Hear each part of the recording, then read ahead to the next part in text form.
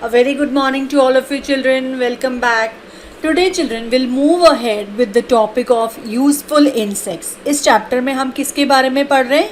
Insects के बारे में, राइट? अब हम जानेंगे कि कुछ ऐसे इंसेक्ट्स भी हैं जो ह्यूमन बींग्स के लिए या हमारे एटमॉस्फेयर के लिए भी इम्पॉर्टेंट हैं, राइट? तो कौन से ऐसे इंसेक्ट्स हैं जो यूज़फुल हैं that we are going to read in this topic. Okay children, so the first insect that comes over here it is bee. जो पहला इंसेक्ट है जिसके बारे में हम बात करेंगे that is bee. Okay, now how this bee is useful that we are going to see over here. Clear? Now see, without bees क्या करते हैं? पॉलन, फ्लावर्स के अंदर पॉलन होता है, फ्लावर्स के अंदर पॉलन होता है. तो ये पॉलन क्या करते हैं? बीज एक फ्लावर से दूसरे फ्लावर में लेकर जाते हैं, राइट? तो ये जो पॉलन होता है ये हेल्प करता है न्यू फ्लावर्स बनाने में भी. तो अगर ये बीज एक फ्लावर से दूसरे फ्लावर में पॉलन को लेकर नहीं जाएंगी तो न्यू फ्लावर्स नहीं हो पाएंगे, राइट? तो अगर हमें जो फ्लावरिंग प्लांट्स जो मिल रहे हैं, इतने सारे फ्लावरिंग प्लांट्स जो हम देखते हैं, various kinds of different flowers are there, they are all possible because of these bees, right? अगर ये बीज इन पॉलन को एक फ्लावर से लेकर दूसरे फ्लावर के पास नहीं जाएगी तो जो इनका रिप्रोडक्शन का जो प्रोसेस है वो नहीं हो पाएगा तो न्यू फ्लावर्स या फ्रूट्स नहीं आ पाएंगे, right? So in this way these bees they are very important in making the flowers, right? So this we have read about the bees. अब pollen क्या होता है? What is pollen? देखो, अगर आपने आजकल जो मेनली जो फ्लावर्स आपको कौन कौन से दिखाई दे रहे हैं आपके आसपास, marigold you can C. Okay, marigold flower में सेंटर में अगर आपके घर में मैरीगोल्ड का कोई प्लांट है तो you can see one of the flower और you can collect it from somewhere if it is possible. तो अगर आप देखोगे उसके सेंटर में ब्लैक कलर का कुछ होता है. दे आर वेरी माइन्यूट, बहुत छोटे छोटे से होते हैं.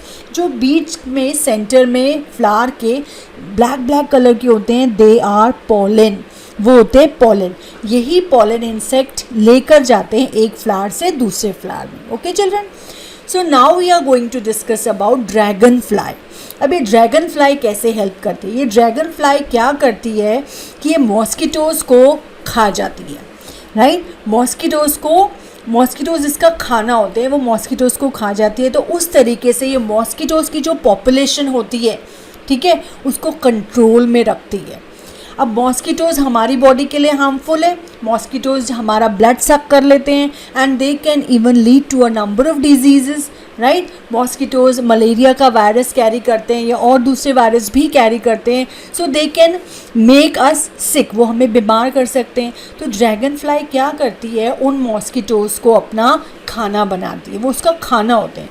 तो in this way the dragonfly is also a very useful insect. वो हमें बीमारियों से एक तरीके से बचाती है. Clear children? Then we are going to discuss about dung beetles. अब ये डंग बीटल्स क्या होते हैं? डंग जैसे नाम में ही है, डंग मीन्स बीटल्स जो डंग खाते हैं, right? These are the beetles. इनका जो खाना होता है वो होता है एनिमल वेस्ट. ये अपने सारे के सारे जो न्यूट्रिएंट्स होते हैं, ठीक है, इनके सारे न्यूट्रिएंट्स जो इनको मिलते हैं वो एनिमल के वेस्ट में से मिलते हैं. इवन वाटर भी ये एनिमल के वेस्ट में से ही लेते हैं, राइट? सो अगर आप जानते हैं कि वेस्ट को, एनिमल का ही अगर वेस्ट है, अगर वो बहुत टाइम तक खुला रह जाता है, ओपन में पड़ा रह जाता है, तो इट इनवाइट्स द जर्म्स. वो जर्म्स को इनवाइट करता है बहुत सारे को. वही अलग अलग मॉस्किटोज़ या हाउस फ्लाइज या कोई भी उस पर और अलग जर्म्स कुछ भी वहाँ पे होंगे तो again they will harm the people around, ठीक है? तो ये डंग बीटल्स क्या करते हैं? उस वेस्ट को ख़त्म कर देते हैं, उस वेस्ट को खा जाते हैं. तो इस तरीके से they help the farmers, right? They help the farmers to clean the animal waste. तो कई बार फार्मर्स क्या करते हैं? वो अपने जो उनके फील्ड्स होते हैं वहाँ पे डंग बीटल्स को छोड़ देते हैं, बहुत सारे डंग बीटल्स इकट्ठे करके वहाँ पे छोड़ देते हैं so that they can clean away the animal waste. Got it children? Now we are going to discuss about hoverflies. अब ये हॉवर फ्लाइज क्या करती हैं? ये भी एक्सीलेंट पॉलिनेटर्स हैं। पॉलिनेटर्स का मतलब ये भी पॉलन को कैरी करती हैं। बट बीज और इसमें एक डिफरेंस है, बीज भी पॉलन को कैरी कर रही थी, ये भी पॉलन को कैरी करती है।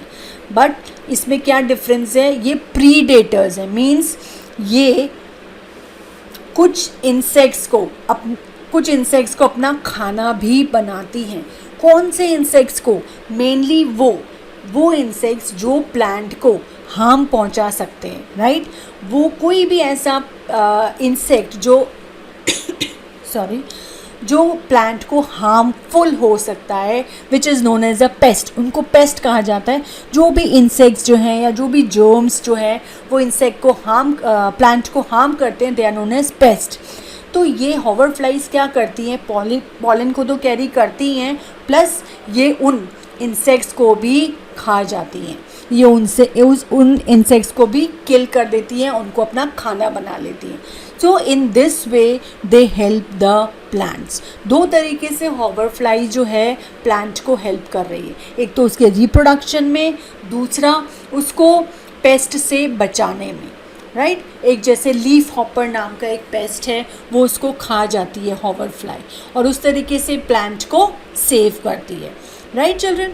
Then we are going to discuss about lacewings. अब ये लेस विंग्स कौन सा इंसेक्ट है?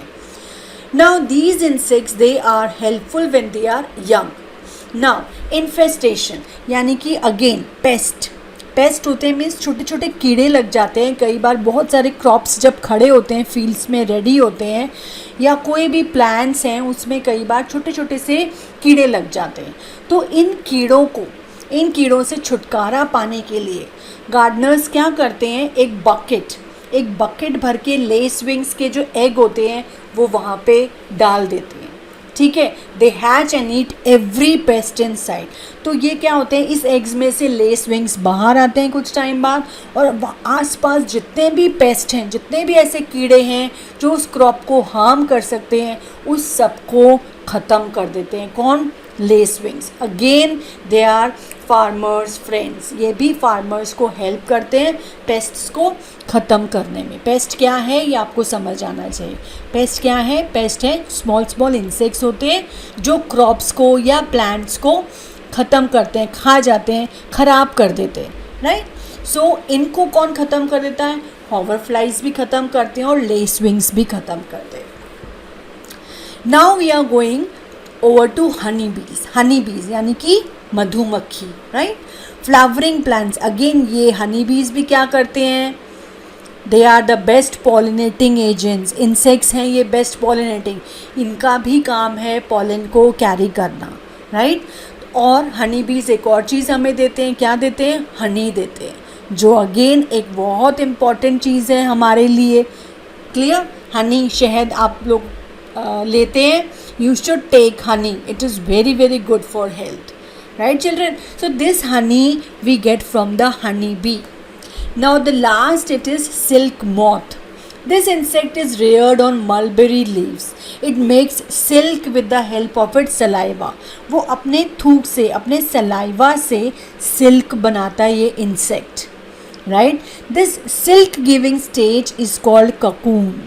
समझ आया? ये जो सिल्क की मम्मा अगर साड़ी पहनती होगी या मम्मा के पास सूट होगा सिल्क का, right? So this all the silk it comes from the silk moth, ठीक है? वो अपने सलाइवा से, ये जो इंसेक्ट है ये अपने सलाइवा से सिल्क बनाता है, और ये कहाँ पे मिलता है? Mostly on the mulberry leaves.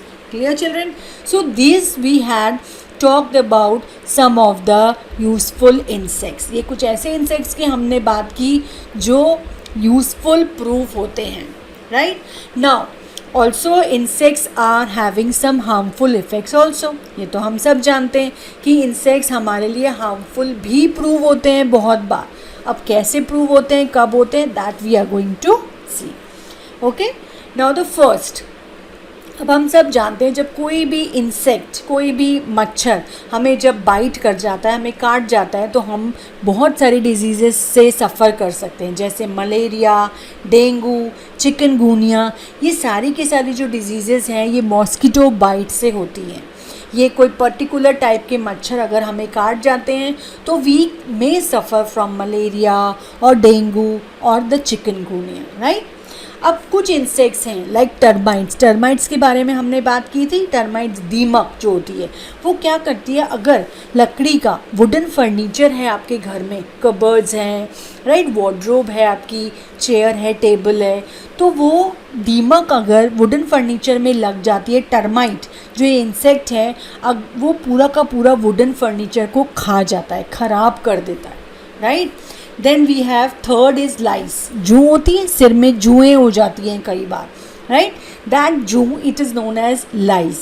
Now ये लाइस क्या करती है, हमारे जो सिर में जो ब्लड होता है उसको सक करती है, वो उससे अपना न्यूट्रिशन लेती है, और वो पूरी की पूरी लाइफ उसका लाइस का एक ही होता है कि पूरी की पूरी लाइफ अपने ह्यूमन स्कैल्प से ही वो अपना न्यूट्रिशन लेके स्पेंड करती है, राइट। नाउ हाउस फ्लाइज जो मक्खी होती है वो बहुत कॉमन कैरियर होती है किसकी, डिजीज़ेस की। हाउस फ्लाई गंदे में बैठी और वही हाउस फ्लाई आकर अगर आपके खाने पे बैठ जाती है तो what will happen, it will make your food unhygienic, unhealthy, right?